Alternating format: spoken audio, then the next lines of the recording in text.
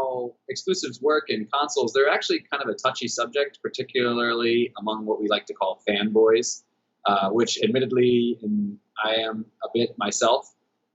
In all honesty, there have been times where I hear, "Oh, this game is coming for PlayStation," or back in the day, "Oh, this game is coming for Sega," and I'm like, oh, "Yes," super excited. And my friends on Nintendo or my friends on Xbox are like, "Oh," and I'm kind of internally laughing at them.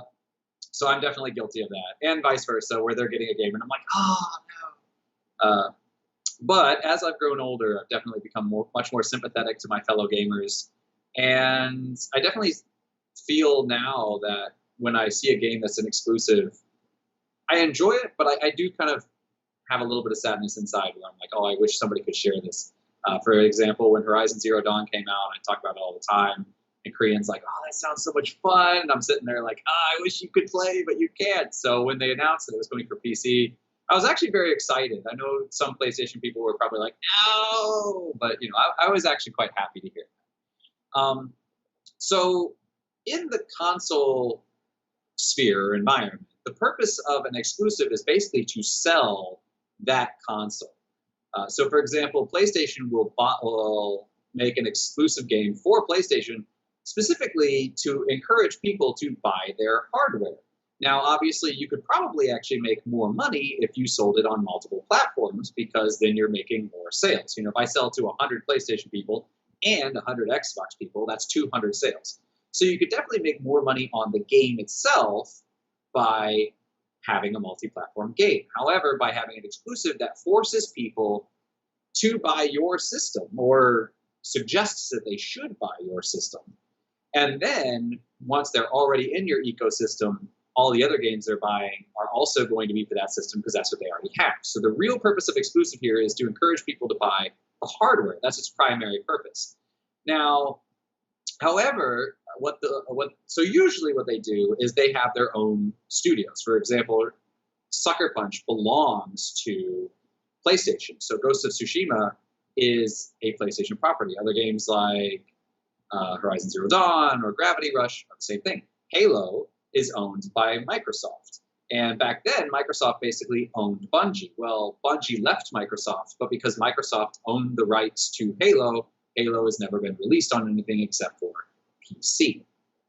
So usually they use their own studios, but sometimes they also will buy already created studios or established studios, which is what we saw last week with Microsoft buying Bethesda. Bethesda is a pretty big company. It has a reputation. So Microsoft knows if we buy Bethesda, we're not just buying the company and their games, we're also buying that reputation. So that's another way to do it. Now, this can be both good and bad. The pro side is this can mean a studio does not have to worry about financing. For example, when Bungie first created games, they created a game called Oni and Marathon, and then later on were bought out by Microsoft when they created Halo. And this can basically mean if you're funding yourself, basically each of your projects is going to be moving on and funding the next project. So you need to make sure that you're selling games really, really well. Now, if you belong to a bigger company like Microsoft, they're footing the bill, which gives you a lot more freedom into what you can do because you don't have to worry about financing. On the downside, though, this can often mean that you're not the one calling the shots. As we saw with, say, Bungie, after they left Microsoft, later on were bought out by Activision Blizzard, and Destiny came out, and there were a lot of complaints about things like microtransactions and that sort of thing. Most of those were not Bungie's decisions. Those were Activision's decisions telling Bungie, hey, you need to put this in your game. So you do lose a lot of artistic freedom when you do that. So that's a downside. So there's goods and bads. So when I was younger, I always would get really, really excited when I found out a game was coming for my console, as I said before. Now I've kind of changed, but there are a few exceptions in exclusives that I do kind of actually like, and I think that they're kind of a good thing. And those are, one of them is the multi-platform game that is a timed exclusive when the original was also an exclusive. And an example of that would be Final Fantasy VII Remake. Now, Final Fantasy VII released on the original PlayStation back in 1997.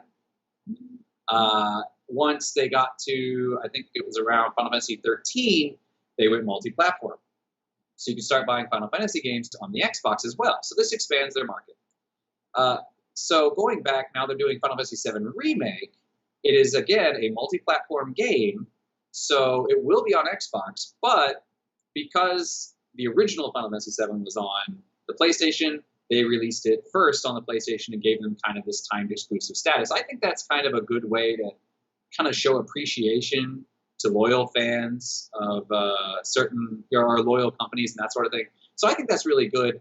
That being said, the Final Fantasy VII Remake exclusivity is a year long. So I think that's probably a little bit too long. I think they probably should have gone with a month, especially in this post-COVID world where everybody's at home. So, what was the old statute of limitations on a spoiler? Like, what, a month? Now it's basically 2 weeks. So if you haven't played this game for a year, it's really hard to avoid spoilers for a year. So I think they probably should have shortened it, maybe a month, maybe 2 at most. But I think it was probably a bit too long. But I do like the thought.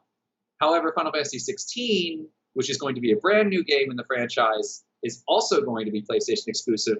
That one I don't so much approve of because it has no history on PlayStation. It's just a new game, so I really think everybody should be able to enjoy it at the same time. The other thing that I think is good about exclusives is when they do console-specific kind of treats, I guess you could call them. So an example of this would be like Soul Calibur 3, which released on the PlayStation 2 and the Nintendo GameCube and the Xbox.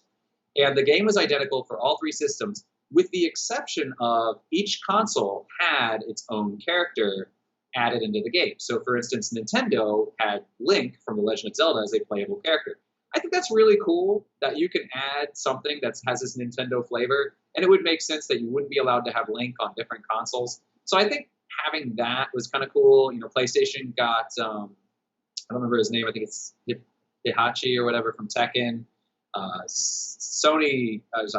Xbox got Spawn, which didn't make a lot of sense. They should have gotten Master Chief.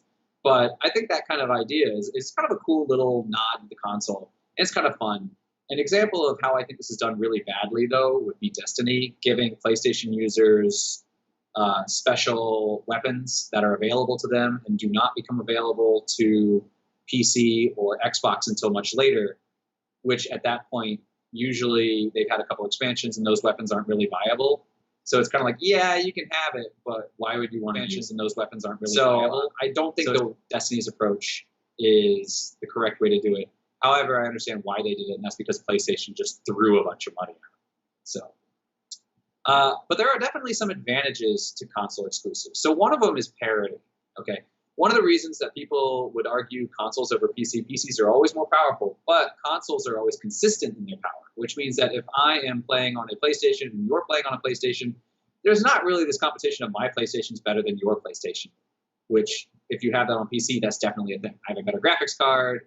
I have a better processor. I can process the game faster at a higher resolution, so I can see you from further away because I can see you more clearly. And I can see you faster because my frame rates are better. On consoles, you don't have that. So having an exclusive thing, because especially in this upcoming generation, Xbox and PlayStation are really going for different things. PlayStation is really going for those faster load times. Xbox is really going for those higher teraflops. So if we're loading into a game and I can load the game faster than you can, that might give me a slight advantage. So making that PlayStation only would make that fair. So I think that's a good thing. The other thing that I really like is when they take advantage of peripherals, okay? Nintendo is kind of the king of this. We've seen this with the Wiimote. We've seen this with the Switch fitness ring, okay? They take their controls and they're able to create a game that you just frankly couldn't do on another console. You couldn't take that fitness ring and put it on a PlayStation. It doesn't really work as well because the PlayStation controller doesn't come apart in the way a Switch controller does. So I think that's really great. Another example is Ghost of Tsushima on the PlayStation has good use of the D-pad, where depending on which direction you swipe, you effectively get 4 additional buttons plus the D-pad itself, which is a 5th button. So you can do a lot of things like that, or a game like Okami where you're drawing with the D-pad, or I demonstrated in Final Fantasy 14 where the D-pad can kind of act as a tracking pad on a laptop. And Xbox even has their own. They haven't done it in a while, but the Kinect on the Xbox 360 had voice recognition. So in a game like Skyrim, where part of your spells are basically shouting out words in the draconic language, okay? So if you shout out, force in the Draconic language, it creates kind of a shockwave. They're basically shouting out functionality to the Connect words playing. I can be shouting at my screen, so casting spells based on what I'm shouting out. So I don't have to use buttons. So I think exclusives that take advantage of what this system can do are also really, really great. There are some things that I really hate, though. And that's basically when a game is jumping between consoles. Probably the worst offender that I've ever known for this is Monster Hunter, which came out originally on the PlayStation and then went to, the NDS, and then they were on Switch, and then they went to Monster Hunter World came back out on PlayStation and Xbox, and now they're doing another Monster Hunter, which is going back on Nintendo.